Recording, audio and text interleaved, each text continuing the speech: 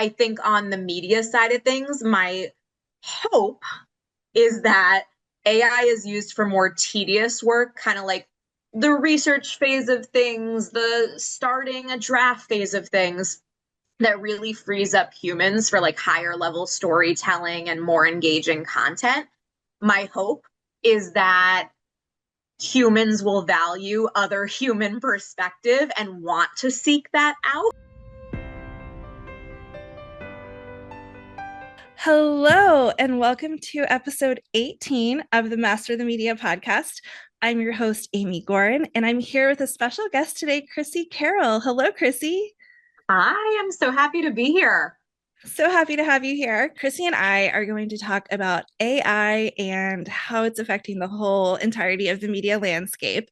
Before we dive into that, I just want to quickly mention that if you missed our masterclass on how to land $50,000 in paid brand partnerships, you can catch the replay at masterthemedia.co/replay. All right. So, Chrissy, why don't you tell us a little bit about yourselves? And just so you guys know, Chrissy's besides being an AI media expert.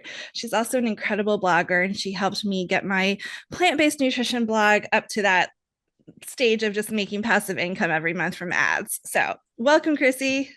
Oh, thank you so much. Yeah, so I have been blogging since 2010, which doesn't sound like that long, but I think in the internet It's a business world, long time. it is. It's a very long time. So I've had a lot of trial and error over the years and really just love the writing space, blogging, media, all of that.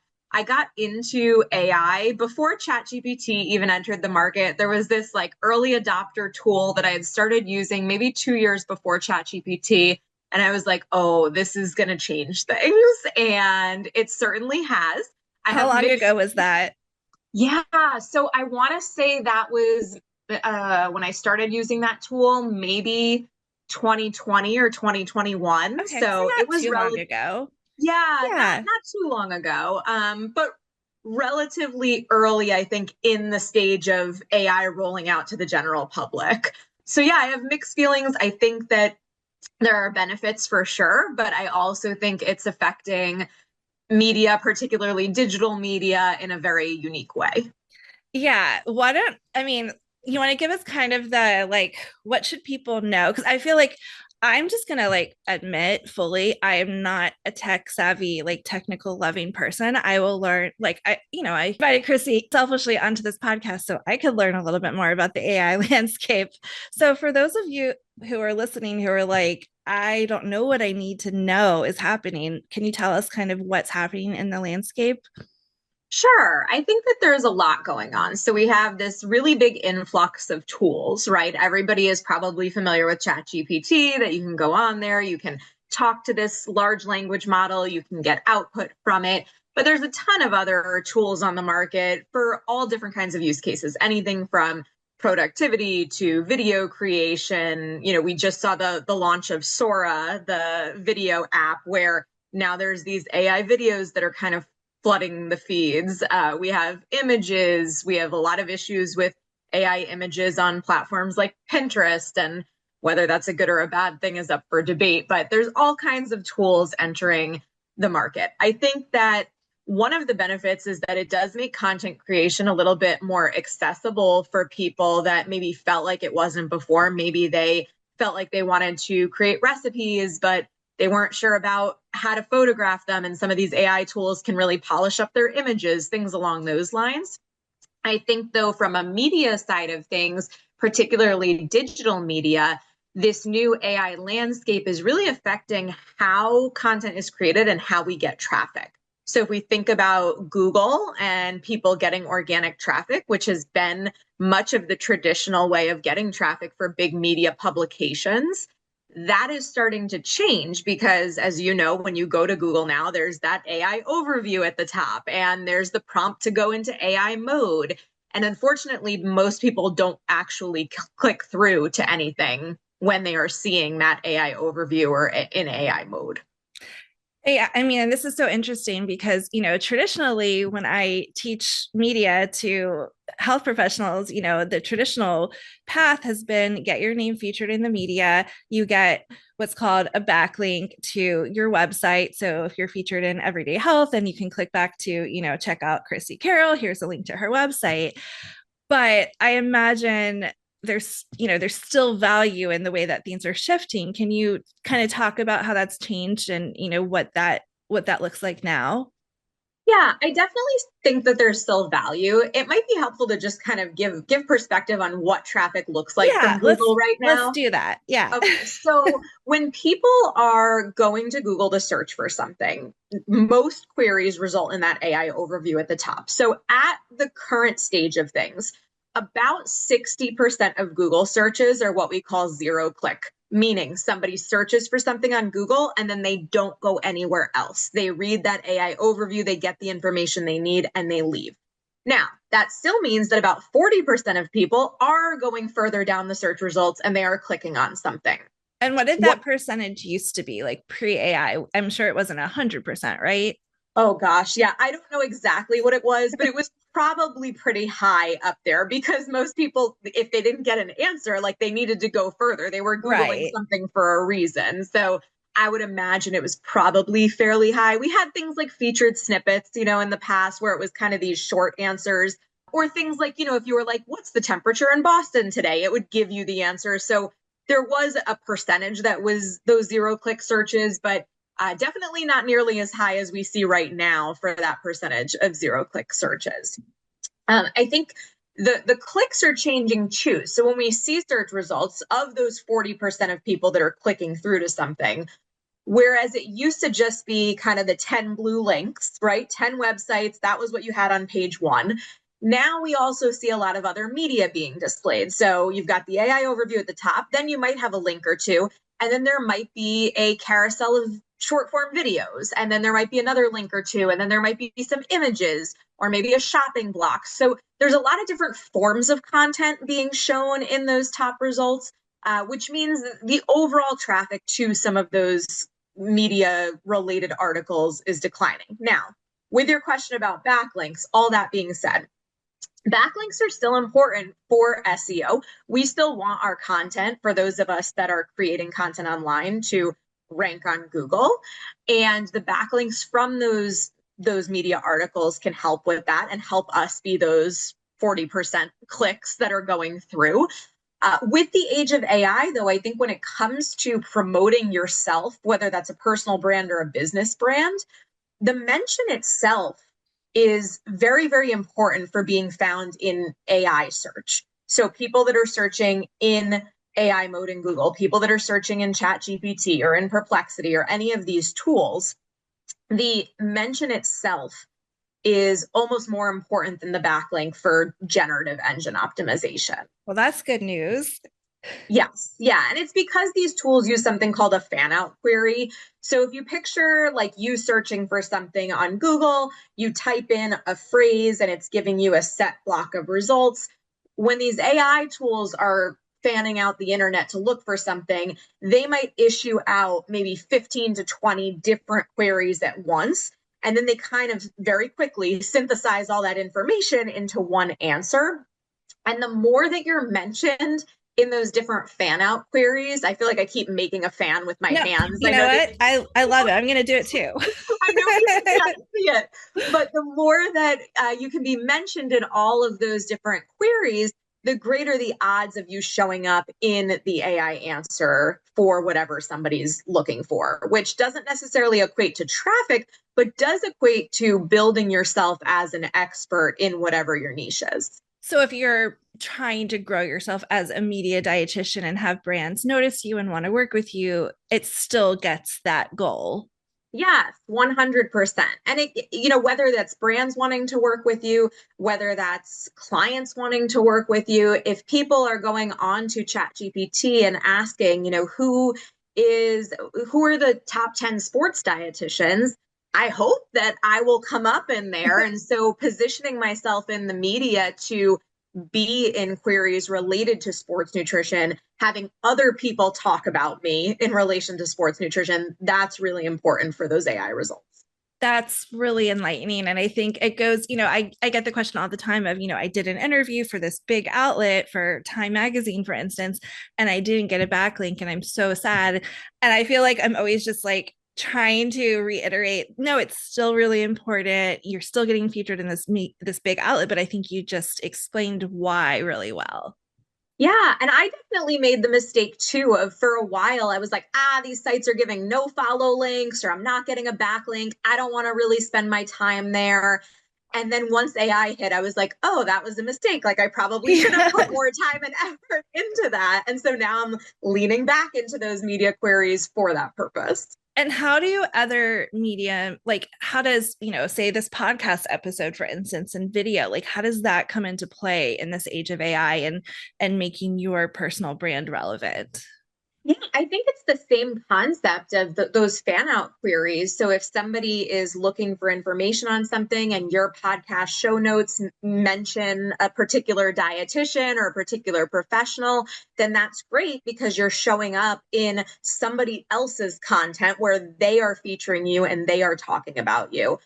I also think in this age of AI where we are getting potentially less clicks, this idea of like omnipresent visibility is really important. So, not necessarily just writing on our own website or not necessarily just providing media queries to like one publication, but to really trying to be present on a variety of platforms. Not all of them, because I know that that's like physically impossible time wise, but And choosing yeah, if you have a staff of 20, like maybe, but yeah. most of us do not. Yes. If you are a solopreneur like me, it is not possible to be present everywhere, or at least to be present in a good way everywhere.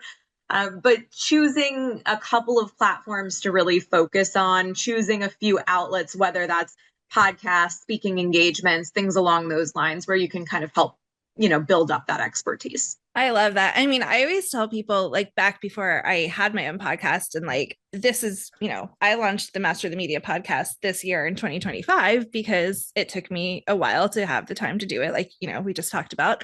But every time I would appear on someone else's podcast, I'd get a new client from, even if their audience was quote unquote small, you're still, it's like you said, like you're still putting yourself out there in a way, like you're getting in front of people in more ways than it sounds like.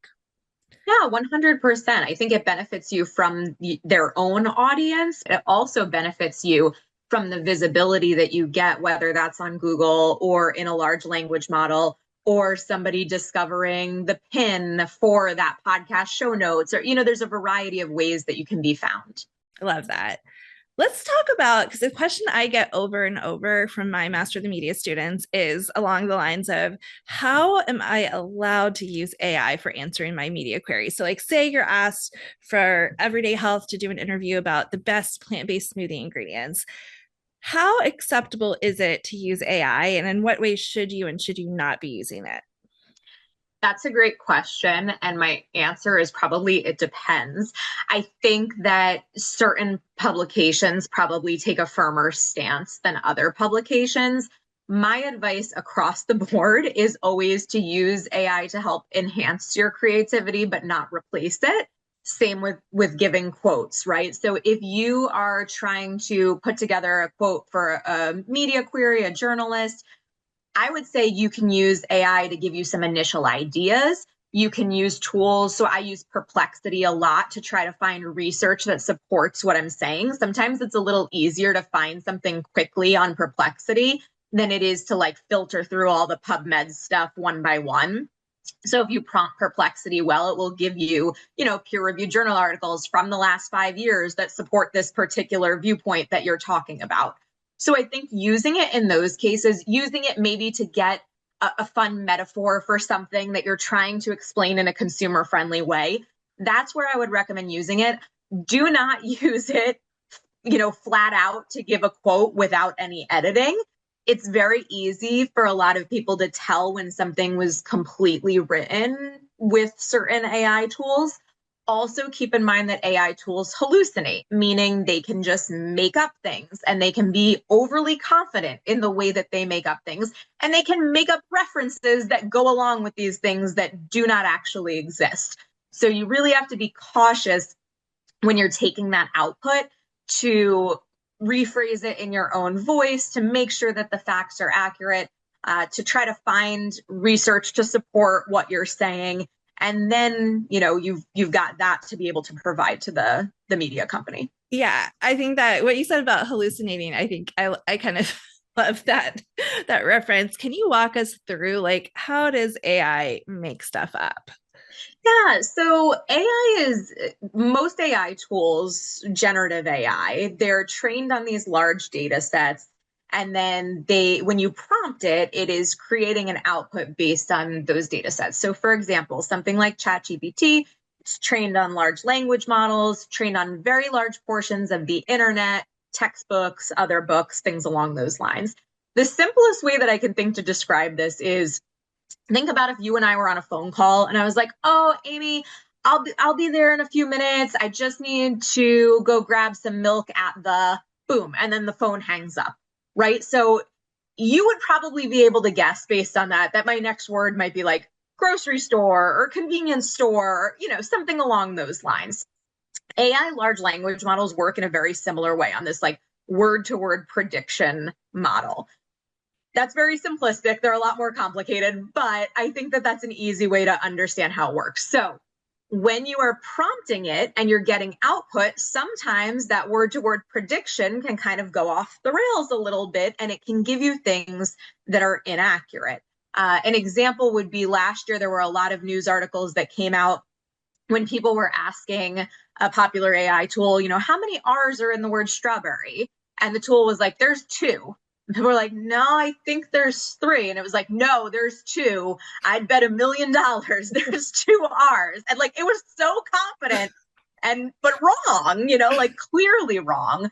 I find for math, a lot of times the AI tools using a large language model for a math problem is not an ideal use of it because it's not always great with coming up with the correct answers for that. Terrible at statistics, things along those lines. So you have to really understand the complexities of the system, the model when you're using it. But yeah, it can just make things up. So interesting. Yeah, I teach, and sometimes I'll get students that will have references, and I know that they used AI for it because the reference doesn't exist. It goes to a 404 page. It looks very accurate, but it's not. Now, is AI going to get better at, say, statistics in the future? I mean, there's definitely AI tools that are good at statistics. I think that using the correct AI tool for the correct use case is what's important there. So using a large language model for a statistics problem, probably not the best pairing. But yes, I think that these AI tools are getting better, especially now that a lot of the large language models have access to live internet results. So whereas maybe 2 years ago they didn't, they only had access to their current model.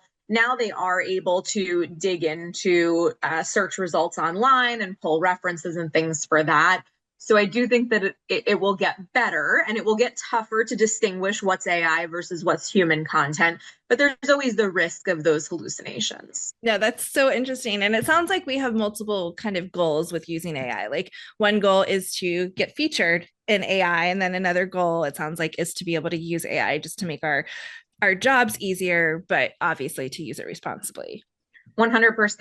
And I think that one of the best use cases for it is really just ideation. So when you're stuck on an article, or when you're stuck on how to start a query, or when you're stuck on what to do on social media, just bouncing ideas back and forth with AI can really be helpful. I use it for social a lot. When there's a trending audio, I'll go over to ChatGPT. Hey, there's a trending audio with this phrase in it. What's something that I, as a running coach and dietitian, could create as a reel that would make sense with that audio? And so just starting to give me some of those ideas that then I can take and execute. I love that. And I know I've used it for like really simple things for Instagram, like give me 20 hashtags for this post. And then, inevitably two of the hashtags will have like two follows. And so you take those out of the mix, but some Yes. are legitimately good recommendations. Yes. Yeah, 100%. And that's a good point, actually. Things like hashtags, keywords, those types of things. AI tools don't have access typically to like big databases of information. So they're not pulling that directly from Instagram. They're not pulling keywords directly from a keyword research tool. They're going based on what they've learned from their model in the past. So I don't recommend people use it for things, for example, like keyword research for an article, because it's not going to necessarily have the volume or the competition metrics that a keyword research tool would have. It can help with semantics and ensuring that you're touching on all the different points that would be included in an article. But some of that specific data on like the number of people that use a hashtag or follow it, that's really within the program itself, whether that's Instagram or a keyword research tool. I think that's a good point. And I just want to clarify for the audience, when you're talking about keyword research, you're probably most commonly talking about search engine optimization, which is what we're like when we blog and what we're looking for with keywords on the web. Yes, 100%. Sorry, I know I go off the rails a little No, bit because I'm like, if someone's, I want to, I know there's people listening who are like, I know everything about this. And then there's people who are like, what are you talking about? So want to make it applicable to all of them. The other thing, so this is something interesting that's happened to a lot of the media dietitians I work with, where they won't use AI for something. And then they'll run it through, say, a program like Quoted, which is a tool that, that experts use to get featured in the media. They'll run it through an AI checker. And then because they ran it through that, it gets flagged as AI. So can we talk about what should you do in that case and why does that happen? yeah, so AI checkers are not particularly great. And depending on how you write, even if you are writing human-based content, it can pop up in those AI checkers and come up as, 96% likelihood this was written by AI. Most of those checkers are not a definitive, yes, this is AI, no, this is not AI. It's a percentage likelihood. I don't like using them because of that fact. I hope that media outlets that use them or professors that use them exercise caution with it because it can erroneously flag things, particularly if you are writing for media publications. And those media publications tend to use a lot of like plain language and very clearly written things that are meant for an audience maybe with a lower reading level than other publications. That simplified information and writing that you put through it is usually more likely to be flagged by AI checkers than something that has more scientific language or things in it. So it becomes this catch 22. I don't know that I have a good answer there other than they can be inaccurate.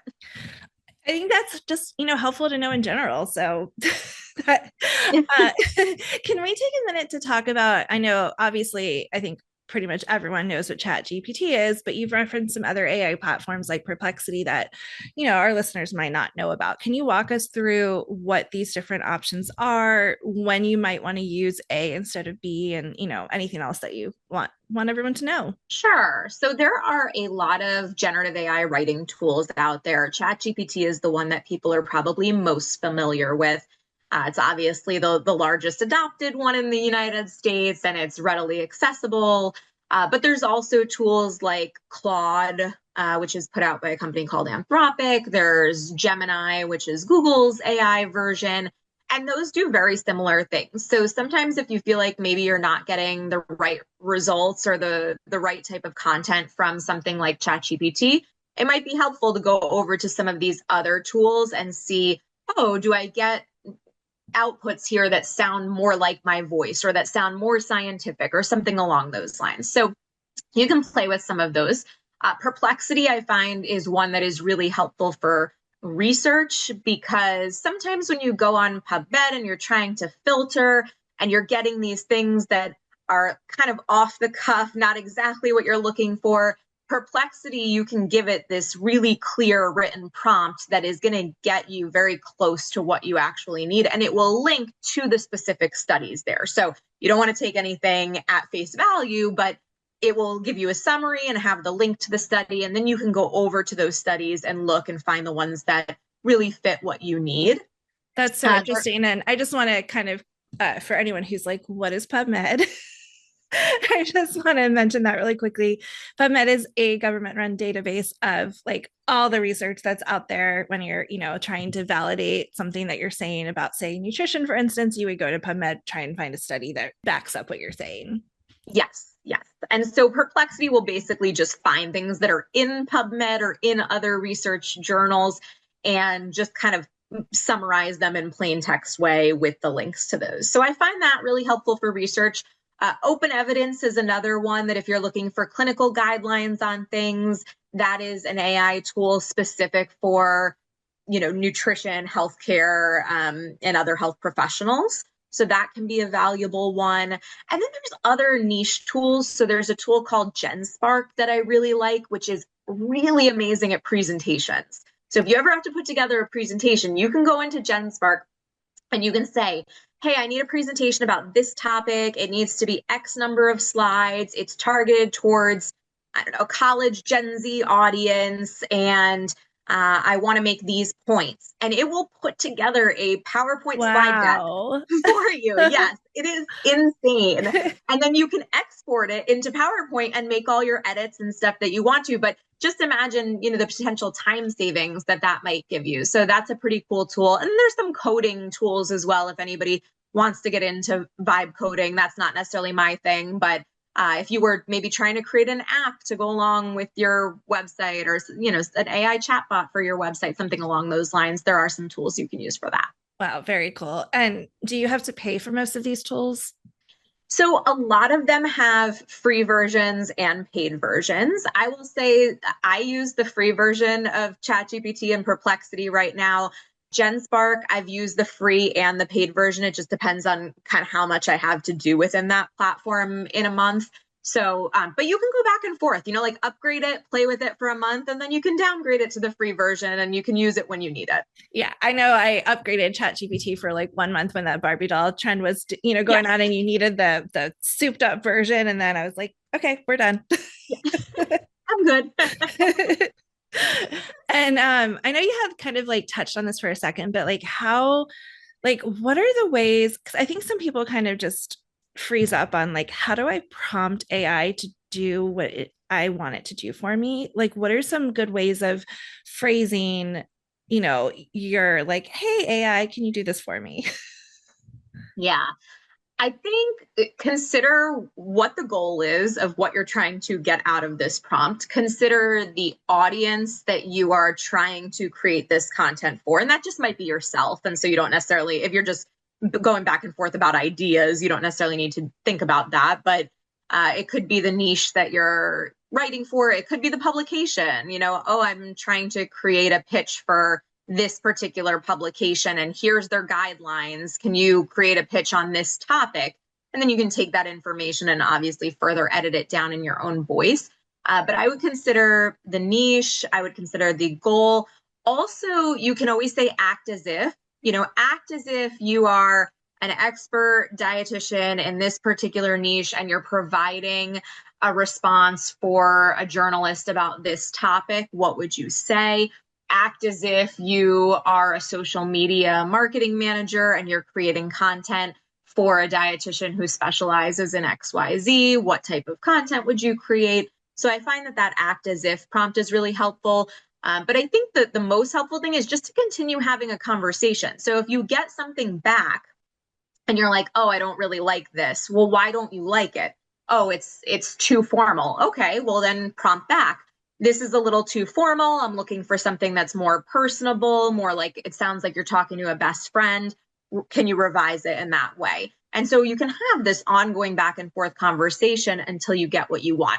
I will say the one exception to that is if you are using certain tools for images, a lot of times I find it helpful if the image just is not anywhere near where you want it to be, just start over from scratch with a new prompt, a new chat, because I haven't had as much luck going back and forth on the images as I have with text. Yeah, I've heard that struggle, and maybe in the future, who knows, right? Yes. And where do you see things? I mean, we've evolved so much with AI and just, in recent years, but like, where do you think we're going to go next, especially with when it comes to, you know, articles and media and all of that kind of stuff? That is a great question. And I don't know. I have kind of like the positive outlook in my brain, but I also have this kind of negative outlook here.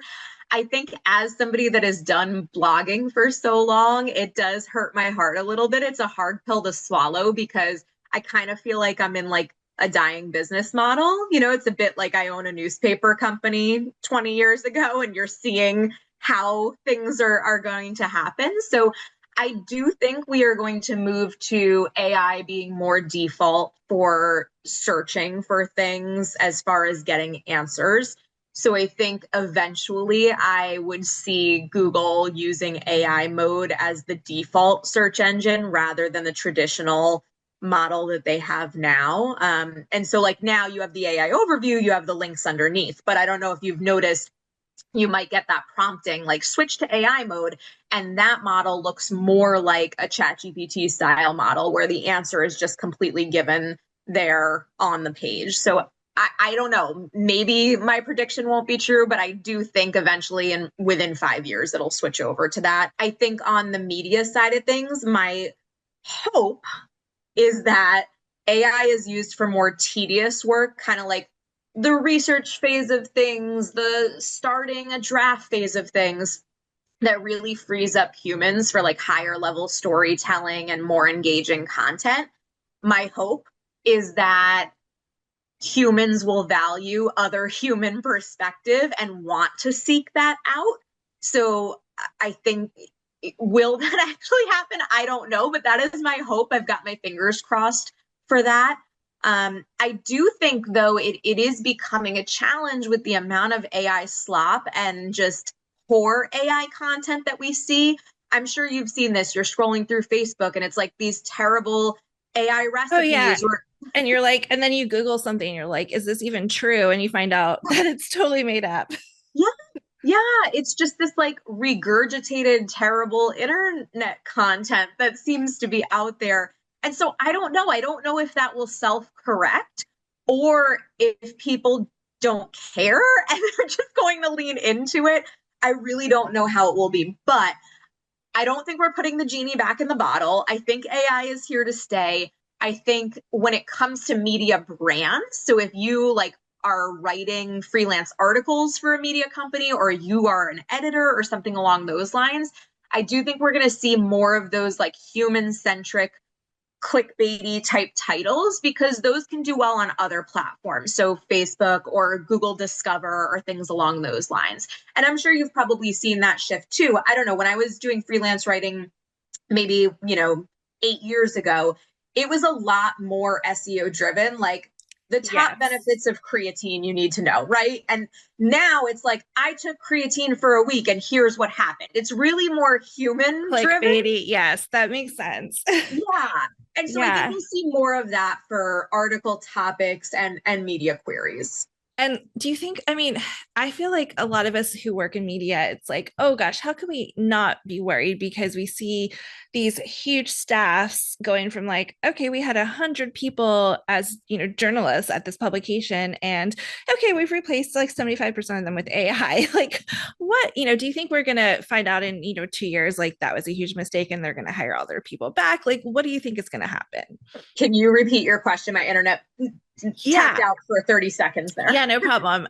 So I was just, yeah, I was asking like, if you work for a media company and 2 years ago they had, say, 100 journalists or editors on staff, and now they're like, okay, bye, 75% of those people. Do you think that that model is here to stay, or in 2 years it's going to be like, okay, let's hire all those people back because we made this huge mistake? I don't think all those people are going to be hired back. I think the AI model is probably here to stay.